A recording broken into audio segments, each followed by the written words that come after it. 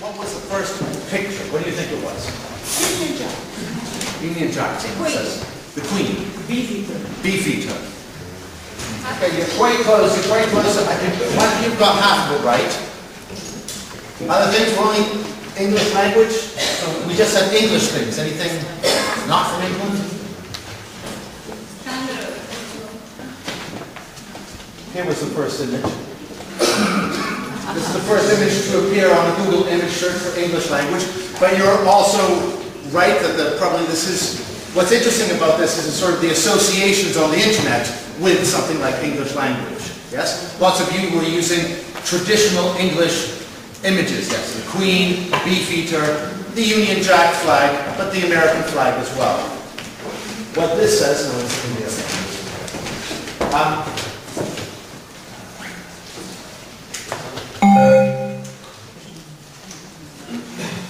sorry about that. Thank you. What this says to me is, image-wise, the ownership of English language and a Google image sort of search here seems to lie very squarely in the hands of two countries, England, Britain, Great Britain, and the United States. Let's see if this is working. However, there are new perspectives on what English language is and who owns English language. One book to come out recently is one called World English, and it takes a new perspective on what a world language is and what world English is. And I think it's interesting to go over some of these points. The author states that world English is a product of a world market and global developments in science and technology. Okay, so far, agree with this. Is learned by people at various levels of society, not just the elite.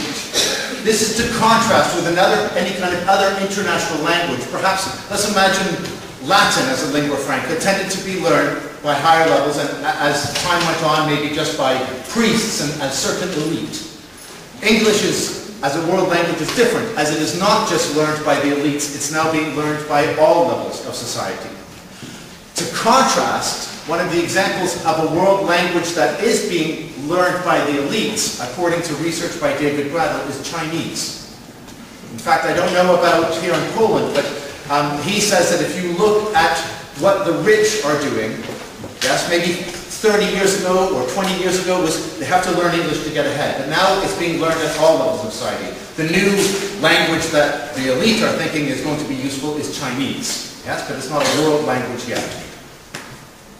According to this perspective also, English, and this I thought was interesting because we often hear that English takes over other languages and eats other languages and is dangerous, but according to this, it sits alongside other languages and does not replace them. English, when it was in the colonial times, would have replaced native languages. I'm from Canada, yes?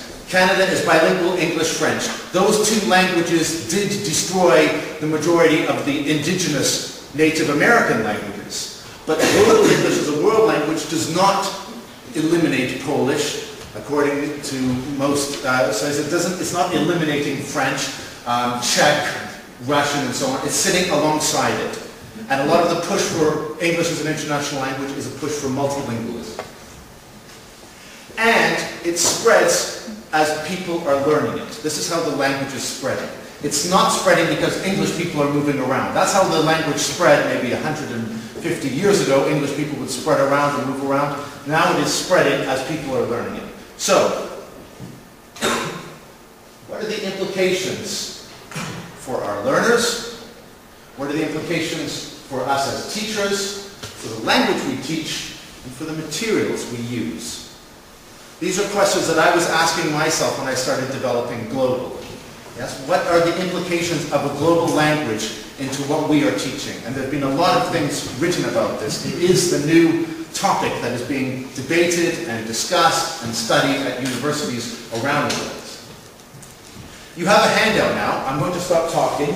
I want you to explore some of your own ideas and feelings about English. I'm going to be talking about listening and pronunciation here. On this page here, you can see This is a type of activity that I very much enjoy doing. It's called, I call it like opinion ladders. Each sentence, and I do this with students, but maybe not these sentences, each sentence has a series of numbers, 1, 2, 3, 4. I'd like you to read these quickly and circle a number for you.